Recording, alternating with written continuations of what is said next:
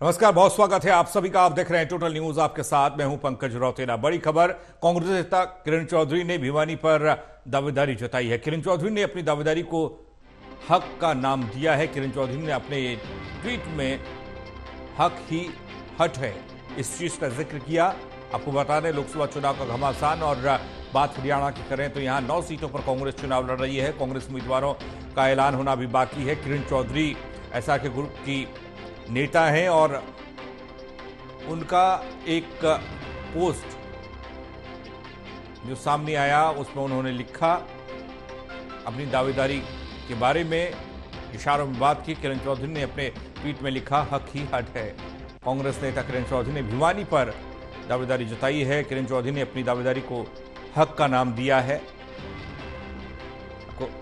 आपको बता दें कि किरण चौधरी की बेटी श्रुति चौधरी का नाम कांग्रेस उम्मीदवारों की सूची में हो सकता है। ऐसी खबरें पहले से आ रही हैं और अभी भी कांग्रेस के उम्मीदवारों के नाम का ऐलान होना बाकी है। इंतजार है कांग्रेस के उम्मीदवार कौन होंगे, लेकिन इस बीच गुटबाजी और नेताओं की दावेदारी हक की बात की जा रही है।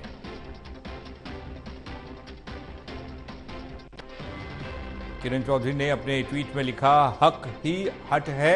इसका मतलब ये कि भिवानी की बात हो रही है और भिवानी में अपनी दावेदारी को हक का नाम दिया है किरण चौधरी ने। कांग्रेस नेता किरण चौधरी ने अपनी दावेदारी को हक का नाम दिया। ट्वीट में लिखा हक ही हट है। कांग्रेस नेता किरण चौधरी ने भिवानी सीट पर जताई अपनी दावेदारी। किरण चौधरी ने अपनी दावेदारी को हक का नाम दिया।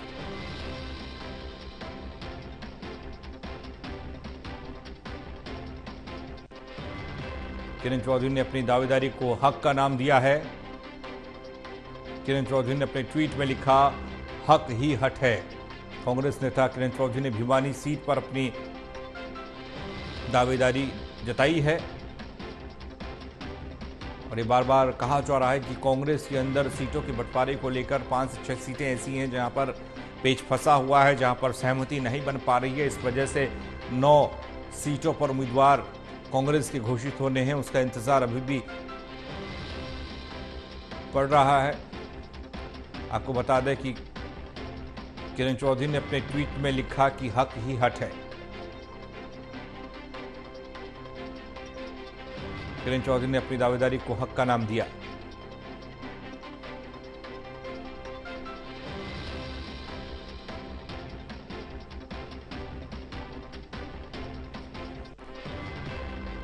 किरण चौधरी ने अपने ट्वीट में लिखा कि हक ही हट है। कांग्रेस नेता किरण चौधरी ने भिवानी पर जताई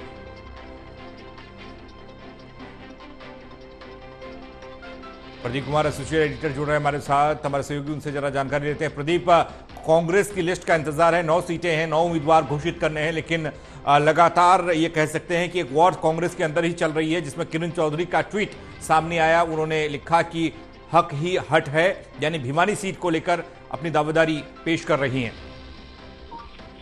बिल्कुल एक जोरदार सियासी जोर देखने को मिल रही है और इस वक्त बैठक भी चल रही है। जबकि पहले बैठक हुई सब कमेटी की, जिसमें श्रुति चौधरी के साथ पहुंची थी किरण चौधरी और उन्होंने अपनी दावेदारी पेश की थी। बेटी की दावेदारी वो टिकट उनके लिए मांग रही है। भिवानी महेंद्रगढ़ से चुनाव लड़ चुकी है, उनकी बेटी जीत भी चुकी है, लेकिन पिछला चुनाव वो हार गई थी। लेकिन समीकरण बदले हैं और इस तरीके से हरियाणा में जो अब लोकसभा चुनाव का मुकाबला चल रहा है, इस बीच सीटों की खींचतान जबरदस्त तरीके से, क्योंकि 6 सीटें जिन पर सबसे ज्यादा सियासी जो आज देखने को मिल रही है और भिवानी महेंद्रगढ़ से अपना दावा पेश करते हुए किरण चौधरी ताल ठोकती हुई नजर आ रही हैं। इसके अलावा आज सब कमेटी की बैठक हुई, यानी मधुसूदन मिस्त्री और जो अन्य नेता हैं उसमें शामिल रहे सलमान खुर्शीद, उन्होंने चर्चा की थी और इसमें कुमारी शैलजा की अलग से मुलाकात उन्होंने की थी, जितेंद्र हुड्डा की मुलाकात की। अब एक बैठक और होनी है, इसमें इसको लिस्ट फाइनल कर रही है सब कमेटी, उसको अंतिम रूप दिया जा रहा है। आज कल में लिस्ट सौंपी जाएगी कांग्रेस आला कमान को, उस पर मंजूरी मिली है। ये सस्पेंस बना हुआ है। इस बीच भिवानी महेंद्रगढ़ पर सबसे ज्यादा जो राजधानी देखने को मिल रही है, जिस पर हुए किरण चौधरी अब देखते हैं हम आप कैसे मैदान में उतर रही है और वो इस भरपूर दावा पेश कर रही है। तो सस्पेंस बना हुआ है आला कमान इस सीट पर क्या निर्णय लेगा, क्योंकि राव दान सिंह इस पर दावेदार हैं की ओर से, उनकी श्रुति चौधरी है या फिर किरण चौधरी को ही टिकट मिलने की जो संभावना दी जा रही थी, उनमें से क्या प्रदीप ये कहा जा रहा था कि अब हाईकमान ही तय करेगा, यानी हाईकमान के जिम्मे ही पूरी की पूरी बात डाल दी गई कि वो उम्मीदवार कौन होंगे और कौन कहां से चुनाव लड़ेगा। इसको लेकर कोई खबर सामने आ रही है क्या? कब तक नाम सामने आ सकते हैं? कब तक हाईकमान मोहर लगाएगा नामों पर?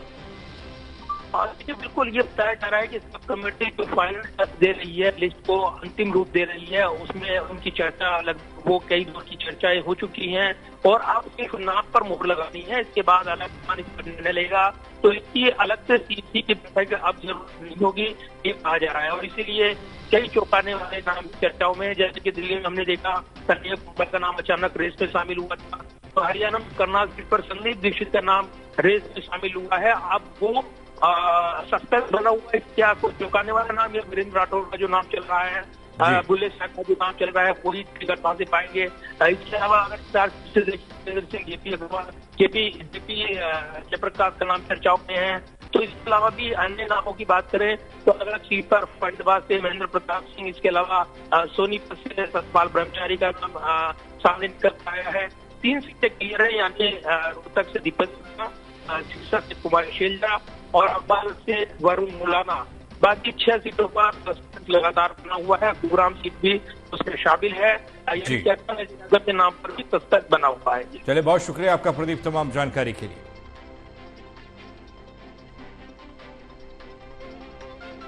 तो किरण चौधरी ने अपने ट्वीट में लिखा हक ही हट है और इसको लेकर एक बार फिर से सियासी घमासान कांग्रेस के अंदर का बाहर आता दिख रहा है, लेकिन नाम अभी भी सामने आने बाकी हैं।